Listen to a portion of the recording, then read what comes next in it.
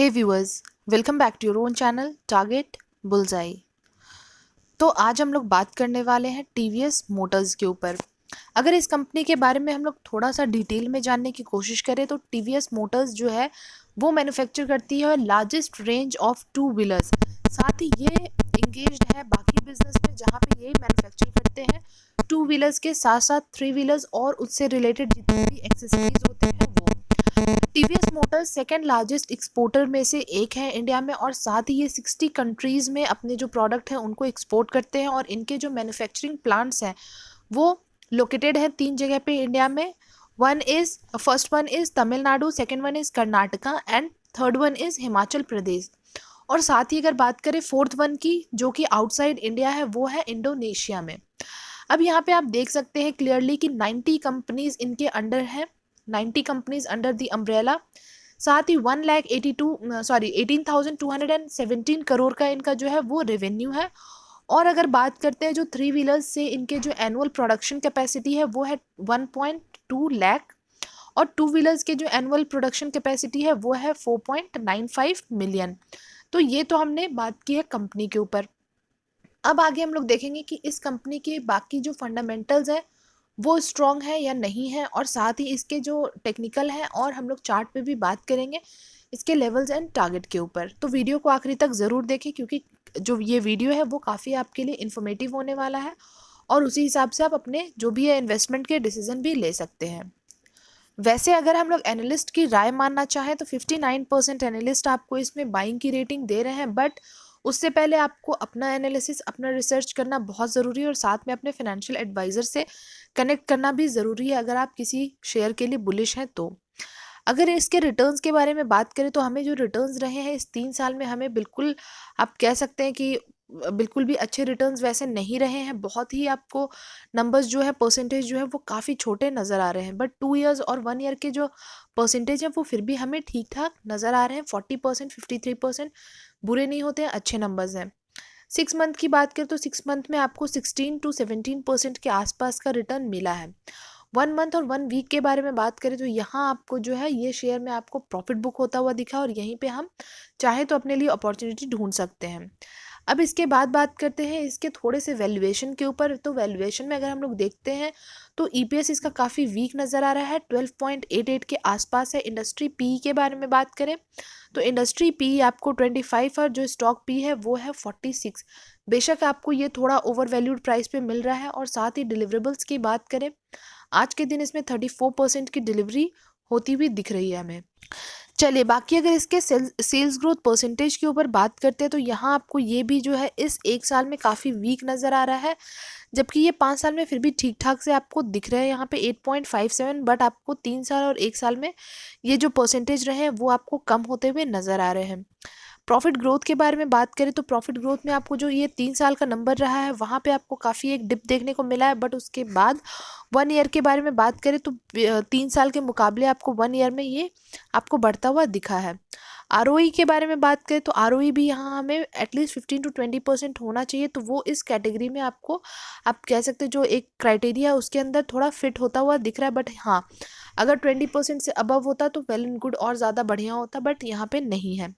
अब अगर आर के बारे में बात करें तो आर भी आपको यहाँ पे वैसे ही दिख रहे हैं, बस 5 साल में ये है कि आपको 20% से अबव दिख रहे थे, जो कि उस टाइम पे अच्छा हम मान सकते हैं। अब यहाँ पे हम लोग डेट टू इक्विटी रेशियो के बारे में बात करते हैं तो यहाँ पे 0.27 के आसपास आपको नज़र आ रहा है। तो कंपनी हम कह सकते हैं कि ऑलमोस्ट डेट फ्री कंपनी है।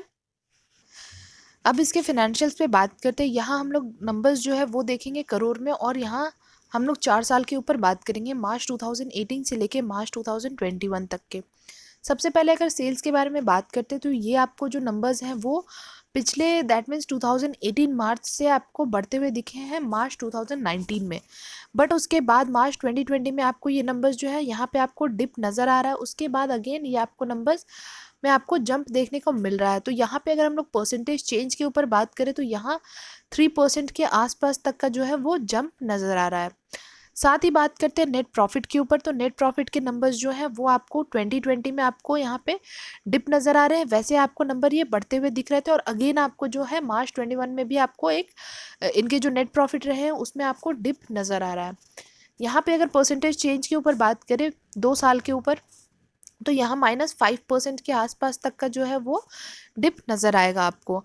अब बात कर लेते हैं इसके जो क्वार्टर बेसिस के नंबर हैं उसके ऊपर। यहाँ पे हम लोग 4 क्वार्टर में बात करेंगे, जून 2020 से लेके मार्च 21 तक के। यहाँ पे भी आपको जो नंबर्स हैं वो करोड़ में देखने को मिलेंगे। सबसे पहले सेल्स के ऊपर बात करें तो काफ़ी बेहतरीन तरीके से आपको ये सितंबर 20 में बढ़ता हुआ दिखा है, जहाँ पे ये 1940 करोड़ हुआ करता था, वहीं आपको सितंबर 20 में बढ़ के 5254 करोड़ के आसपास होता हुआ नजर आया। उसके बाद एक आप कह सकते हैं कि ग्रेजुअली ये नंबर्स बढ़ते हुए दिख रहे हैं। अगर यहाँ बात करें हम लोग 2 क्वार्टर के बीच के डिफरेंस के, तो यहाँ पे आपको 0.60% के आसपास तक का जंप नज़र आया। बहुत छोटे परसेंटेज हैं, बट आप नेट प्रॉफिट के अगर हम लोग बात करें तो जो नेट प्रॉफिट के नंबर्स रहे हैं वो आपको जून 2020 में इस क्वार्टर में आपको ये नेट प्रॉफिट नेगेटिव में पोस्ट करते हुए दिखे थे। उसके बाद सितंबर 20 में काफ़ी बेहतरीन तरीके से ये नंबर बढ़ता हुआ दिखा, और अगेन आपको हर क्वार्टर वाइज बढ़ता हुआ ही दिख रहा है। तो यहाँ अगर परसेंटेज चेंज के बारे में बात करें तो जहाँ ये इस टाइम पे 0.60% के आसपास तक का इनका सेल्स जनरेट हुआ, बट यहाँ अगर नेट प्रॉफिट के ऊपर बात करें तो 9% के आसपास तक का जंप आपको नज़र आ रहा है। तो परसेंटेज मुकाबले सेल्स के यहाँ पे नेट प्रॉफिट के आपको अच्छे देखने को मिल रहे हैं।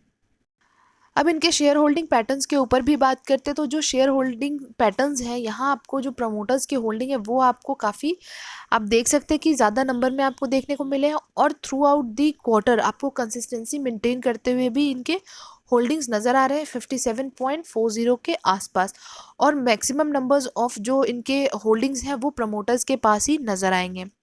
एफआईआई के बारे में बात करें तो एफआईआई ने अपने होल्डिंग्स जो है उनको इंक्रीज़ किया है थ्रू आउट दी क्वार्टर।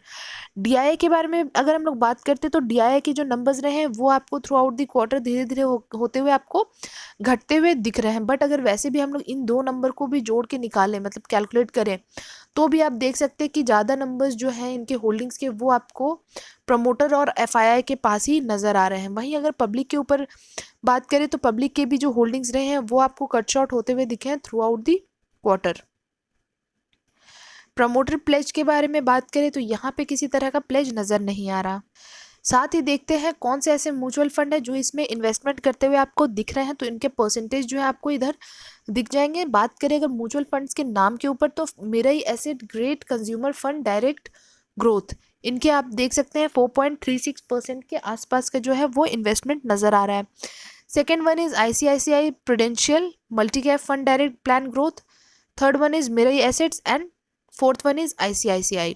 तो यहाँ आप देखेंगे कि 2 जो हैं वो मेराई एसेट्स के आपको म्यूचुअल फंड्स नज़र आ रहे हैं और 2 ICICI प्रूडेंशियल के नज़र आ रहे हैं। बाकी आप परसेंटेज तो यहाँ पे आप रीड आउट कर सकते हैं। अब एक बार बात करते हैं इसके चार्ट के ऊपर। आप जैसा कि देख सकते हैं हम यहाँ पे 1 मंथ के टाइम फ्रेम में बात करने वाले हैं। थोड़ा हम लॉन्ग टर्म पे इसलिए बात कर रहे हैं क्योंकि थोड़ा हम लॉन्ग टर्म इसमें हम चाहें तो उस हिसाब से हम इन्वेस्टमेंट इसमें कर भी सकते हैं, क्योंकि आप देखेंगे ये शेयर कभी 797 के आसपास हुआ करता था 2018 में। उसके बाद ये शेयर आपको 2020 में जब फॉल डाउन हुआ था तो ये आपको सेम लेवल पे आता हुआ दिखा है जब ये 2016 के आसपास इस 204 के आसपास हुआ करता था। वहाँ पे आपको अगेन ऑलमोस्ट वहाँ तक आपको आता हुआ दिखा है, थोड़ा ऊपर ही, बट 242 तक आपको आता हुआ दिखा है। बट उसके बाद अगर आप देखेंगे तो ये शेयर आपको अच्छा बढ़ता हुआ दिखा है। पहले तो इसने 2 साल में जो है 204 से 797 तक का जो सफ़र था उसने उस टाइम पे तय किया था। अभी इसने 1 साल में ही आप देख सकते हैं 667 तक का सफ़र तय किया है 242 से लेके। अब इसी चीज़ को हम लोग थोड़ा छोटे टाइम फ्रेम पे देखेंगे कि हमें कहाँ पे अभी इन्वेस्ट करना है और कहाँ नहीं करना चाहिए। बाकी अगर आप देखिए MACD के बेसिस पे तो भी ये आपको जो है वो नीचे की तरफ अभी इंडिकेशन दे रहा है कि इसमें आपको प्रॉफिट बुक होता हुआ थोड़ा और दिख सकता है। ये शेयर आपको थोड़ा और रीजनेबल प्राइस पे आता हुआ मिल सकता है, तो आप चाहें तो उसके लिए आप रेडी रह सकते। तो चलिए पहले हम छोटे टाइम फ्रेम पे भी एक बार बात करते हैं। छोटे टाइम फ्रेम पे जाने से पहले आप देख सकते हैं कि ये काफ़ी महीने से 667 को ब्रेक नहीं किया है इसने। आपको यहीं पे काफ़ी बार आता हुआ दिख रहा है और यहाँ से ही आपको ये नीचे की तरफ जाता हुआ भी दिख रहा है, और यही सेम चीज़ हम लोग एक बार छोटे टाइम फ्रेम पे देखेंगे जहाँ हमें बेहतरीन तरीके से ये चीज़ें जो है वो समझ आएगी। अब अगर हम लोग 1 डे के टाइम फ्रेम पे बात करते हैं तो आप देख सकते हैं ये जो इसका लेवल है 667 का, इसको ये ब्रेक नहीं कर पा रहा। और जैसा कि हमने देखा कि प्रीवियस स्लाइड में ये शेयर जो है 667 के बाद भी आप ये 797 कभी हुआ करता था, तो चांसेस है कि ये अगर 667 को ब्रेक करता है, जो आपको ये वायलेट लाइन भी यहाँ पे आपको नज़र आ रहा होगा, दिस वन, तो आप देख सकते हैं अगर इसके ऊपर एक बार क्लोजिंग दे दे जो पुराना प्राइस है 795 का, वहाँ तक भी आपको एक बार जाता हुआ तो ज़रूर दिखेगा। तो उसके लिए भी हम चाहें तो हम वेट कर सकते हैं, जिस तरीके से हम इन्वेस्ट करते हैं उसके लिए। और बाकी आप देखेंगे कि रिसेंटली जो है वो 523 के आसपास आपको आता हुआ दिखा था, यहाँ पे आपको जो है वो सपोर्ट लेता हुआ दिख रहा था ये शेयर। तो उसी तरीके से अगर हम लोग अभी बात करें, जो प्रॉफिट बुकिंग का एक फेज़ अभी आपको इसमें आता हुआ चलता हुआ दिख रहा है, और अभी आपको और ये नीचे की तरफ और आता हुआ दिख सकता है। तो ये आपको अभी फ़िलहाल जो है ये 594 के आसपास नज़र आ रहा है। तो अगर ये यहाँ पे आपको सपोर्ट लेता हुआ नज़र आ रहा है, तो यहाँ से अगर ये बाउंस बैक करता है तो ये 667 तो जाएगा, बट अगर उसको और ब्रेक करता है तो आपको जो इसका जो प्रीवियस जो लेवल है 797 795 का, ये वहाँ तक 800 के आसपास तक आपको जाता हुआ दिख सकता है। बाकी अगर इसको और ब्रेक करता है तो आपको आने वाले टाइम में ये नीचे की तरफ, दैट मीन्स ये 523 के आसपास आपको सपोर्ट लेता हुआ दिख सकता है, और यहाँ से आपको एक बाउंस बैक आता हुआ दिखेगा, और ये शेयर आपको जो है वो ऊपर की तरफ वापस से एक जर्नी ये स्टार्ट करता हुआ नज़र आएगा।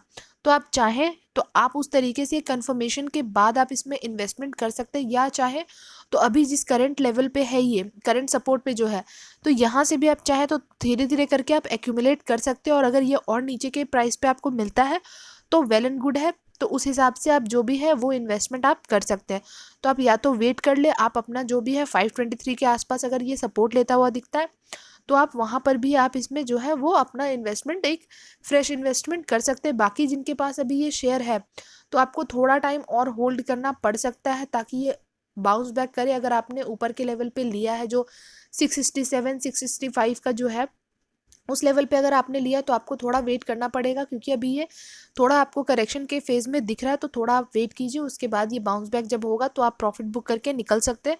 बट जो लोग फ्रेश इन्वेस्टमेंट के लिए रेडी हैं तो वो या तो इस सपोर्ट पे ले सकते हैं, या फिर 523 तक अगर आता हुआ आपको दिखता है तो आप वहाँ पे भी ले सकते हैं। बाकी आपके सामने है कि कौन कौन से आपको ये टारगेट जो नज़र आ रहे हैं वो कहाँ तक जा सकता है, वो भी हमने डिस्कस किया है। तो ये आपके ऊपर डिपेंड करता है, और साथ में आप अपना रिसर्च, अपनी एनालिसिस ज़रूर करें और अपने फाइनेंशियल एडवाइज़र से ज़रूर कनेक्ट करें, क्योंकि हमने तो अपने तरफ से जो हमारी एनालिसिस थी वो हमने आपको बताई है।